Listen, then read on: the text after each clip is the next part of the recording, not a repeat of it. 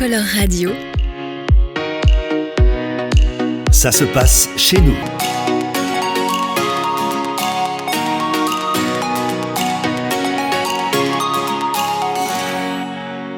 Et aujourd'hui, nous sommes au salon Origine Auvergne à Clermont-Ferrand. On vous propose quelques reportages réalisés lors de notre venue au salon.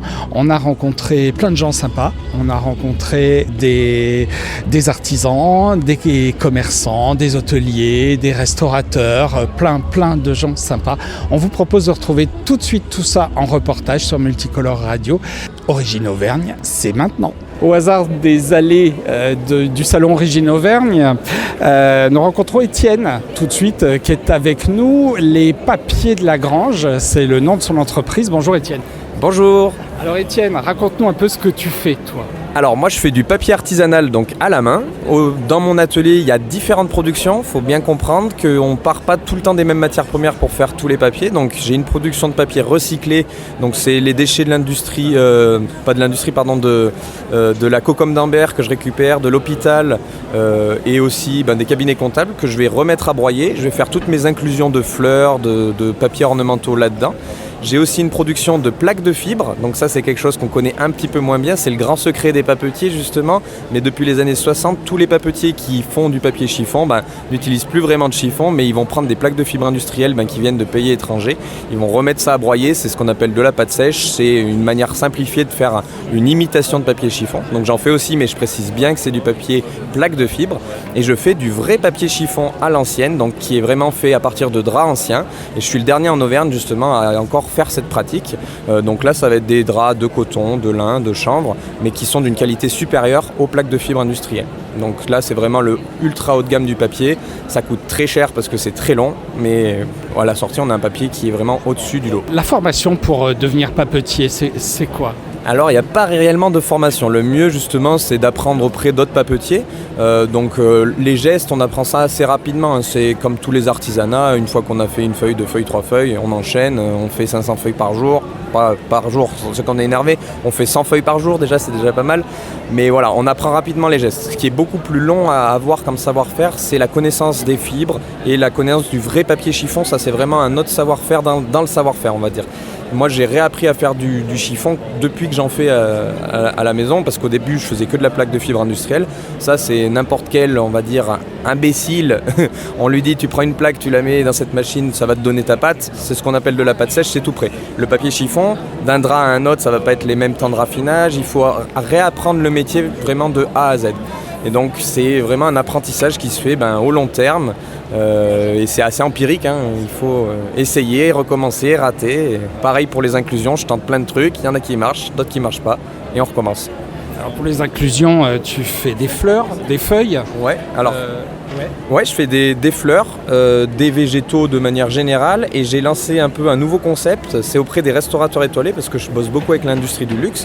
J'utilise des déchets alimentaires comme des pots de noisettes, des verres de poireaux, je vais prendre par exemple des fans de carottes, et je les inclus dans mon papier. Et l'idée, c'est que le client ait le produit dans l'assiette et dans le menu. Donc voilà, c'est vraiment un concept qu'on essaye de lancer et on peut faire ça avec plein de choses. Je fais ça aussi avec les crocus. Donc je travaille avec Safran d'Auvergne qui est à 5 minutes de chez moi. Et donc eux, ils utilisent juste le pistil de la fleur et ils me donnent leurs fleurs et je les remets dans le papier. Donc on peut faire un papier safran. Voilà. De temps en temps, ils oublient un pistil, c'est très joli. Ça fait une diffusion bien prononcée. Donc Étienne, on sent que tu es un passionné.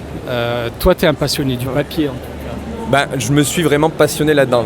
Depuis tout petit, en fait, je veux faire un métier de la main. Mes parents m'ont poussé à faire des études, donc j'ai poussé jusqu'à un master STAPS sans trop savoir pourquoi. Mais depuis que je suis petit, je disais je veux être créateur, inventeur ou souffleur de verre, un truc comme ça. Et en fait, dans le monde du papier artisanal, j'ai trouvé tous les éléments qui me plaisent moi. Parce qu'on fait quelque chose de concret, à la fin de la journée, on voit ce qu'on a fait. Et en fait, c'est pas que faire du papier, il faut penser un petit peu à plein de choses. Il y a toute une partie de création. Bon, après, il y a le côté création sur les réseaux sociaux aussi, donc ça, c'est aussi une partie du métier. Mais le métier d'artisan, il est beaucoup plus riche que juste faire ce qu'on propose. Il y a plein de choses. Il y a de la vente, il y a du relationnel. C'est un métier qui est très riche, quoi. Les réseaux sociaux, on va en parler parce qu'on te voit en vidéo partout. Alors, Partout, oui, c'est que j'ai des vidéos qui sont assez virales, on va dire, donc qui dépassent les 12 millions de vues, j'ai même fait des 20 millions de vues. Et donc ça me permet d'avoir une communauté assez conséquente, notamment sur Instagram, j'ai 222 000 abonnés. Bon, alors c'est pas 222 000 personnes qui m'achètent du papier, mais ça fait quand même une petite clientèle de base.